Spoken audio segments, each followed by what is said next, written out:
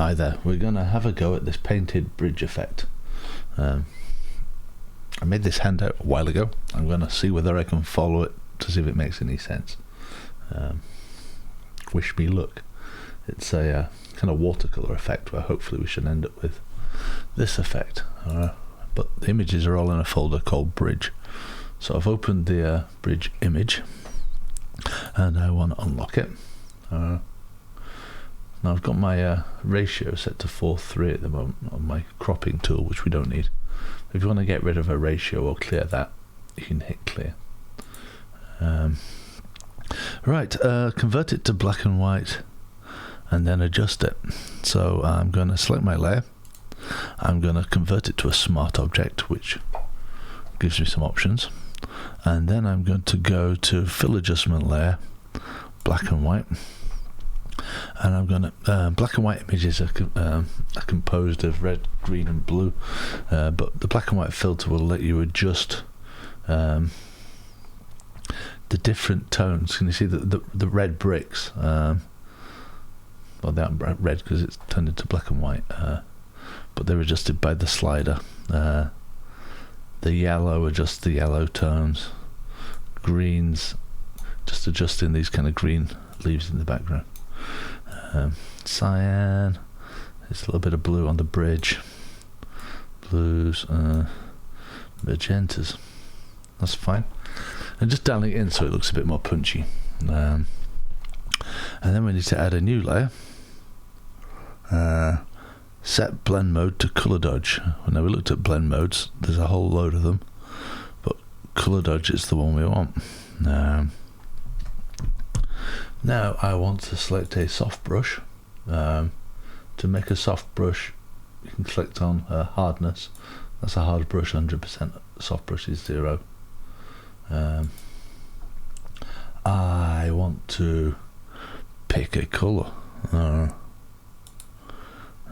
So I think we can pick any colour we like. And I'm just going to drag down lines. Just here and there. I'm just going to click and drag down. To keep them straight, I'm holding the shift key. If you hold the shift key when you drag a line, it constrains it to kind of horizontal or vertical. But I want to pick a range of colours. Doesn't really matter what colours we pick. I'm clicking and dragging and drawing some lines. Let's have some yellow maybe. Just so we've got some stripes of oops.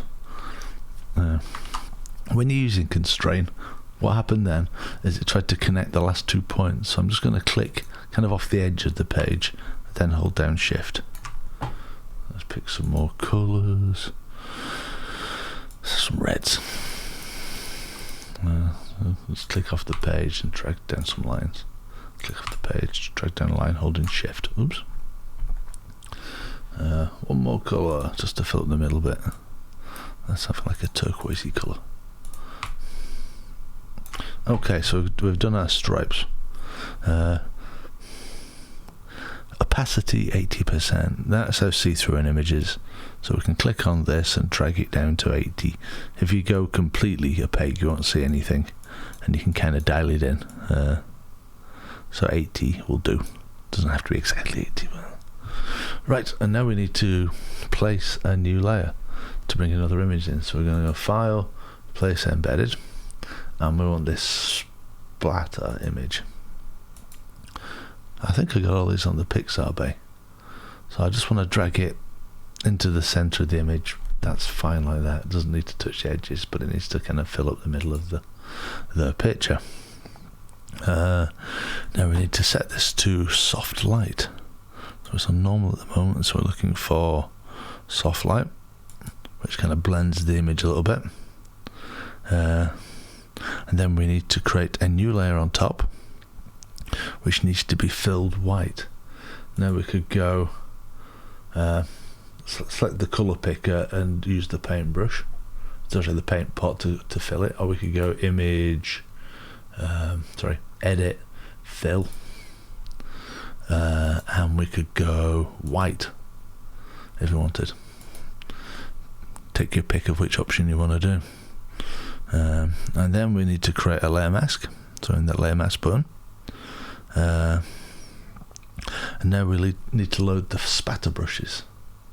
To do that, we're going to go open, brushes, spatter brushes, and click open, and that will load them into the brush palette. To find them, we click on this little arrow here. If we scroll down to the bottom of the list, see, I've already loaded them in once. Can I delete group? Yes, because I don't want two lots of spatter brushes. Spatter brushes, Carl's spatter brushes. Spatter brushes, I use Splashy. They've all got names here. Just the Instant Poppy. Oh. Poppy here.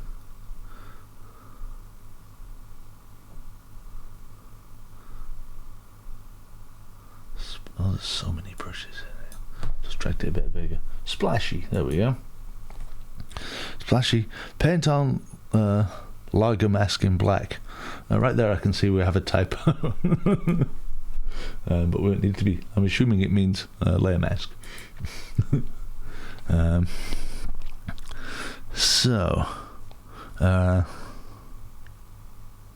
Right, so we just kind of start drawing a little bit around here, and it starts revealing the image beneath it. And we're just trying to want to focus on kind of the middle section of the image to get this lovely kind of watercolour effect. These are kind of smart brushes. As you click, you'll notice it's rotating the brush each time, which is a feature of some of these newer brushes. Right, once we've got a bit of that on, so we kind of got the enough of the centre of the image to look watercolory, we're going to move over off the layer mask onto just the white part of the layer, and we're going to use the eyedropper tool to select a colour. I'm just holding down left click. Can you see the top kind of arc bit of it? Shows what colour you've got picked. And then we're going to go back to the brush and just draw on a little bit in colours which match the rest of the stuff in the image. So I've picked up a bit of green there. Back to the brush and just gone splash, splash, splash a bit. Brilliant. That's good. And let me see what else I've written on my notes here. Colour dodge looks at the colour information in each channel and brightens the base colour to reflect the blend colour by decreasing the contrast between the two. Blending with black produces no change. Soft light darkens or lightens the colours depending on the blend colour. The effect is similar to shining a diffuse spotlight on an image.